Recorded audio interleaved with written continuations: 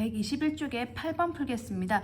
두 포물선 이것과 이것의 두 교점이 원점에 대해서 대칭이다 이 얘기가 있는데요.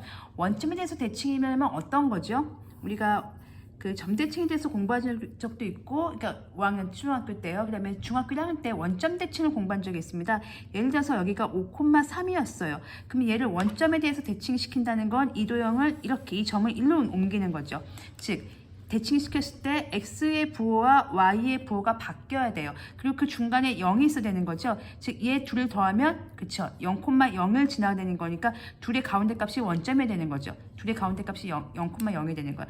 만약에 이쪽 점에 있는 그러니까 뭐 마이너스 5,3을 보내고 싶으면 원점 대칭을 시키면 이렇게 가는 거죠. 같은 거리만큼 가니까 5,-3이 되는 거죠. 즉 x값끼리 더하면 0이 되고요. y값끼리 더하면 0이 됩니다. 왜냐하면 이게 길이가 같아서 중간점이거든요. 그 둘을 더했을 때 그러니까 a, b가 가게 되면 마이너스 a, 마이너스 b가 되겠죠. 이 둘을 더해서 나누기 1을 하면 걔가 당연히 원점일 수밖에 없는 거죠. 원점 대칭이니까.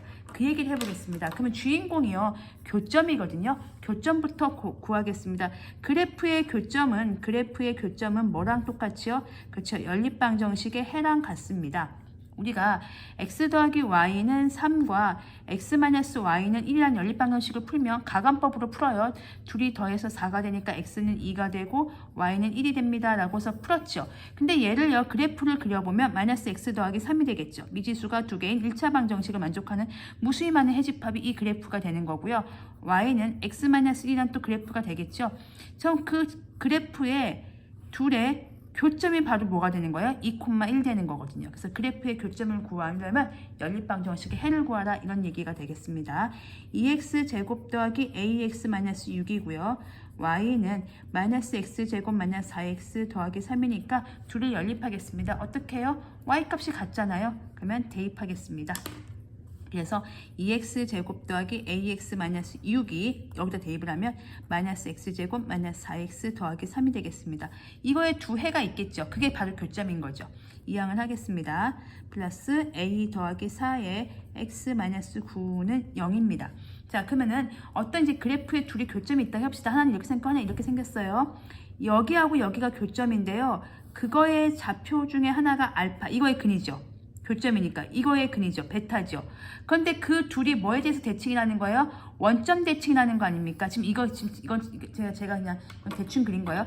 원점에 대해서 대칭이라니까 이 점에 대해서 대칭이라니까 0,0인 거죠. 즉 알파와 베타의 중간값이 얼마야 되는 거예요? 0이어야 되는 겁니다. 그 얘기는요. 두 근의 합이 두 교점의 x좌표, 그러니까 정확히는 두 교점의 x좌표의 합인 거죠. x좌표의 합.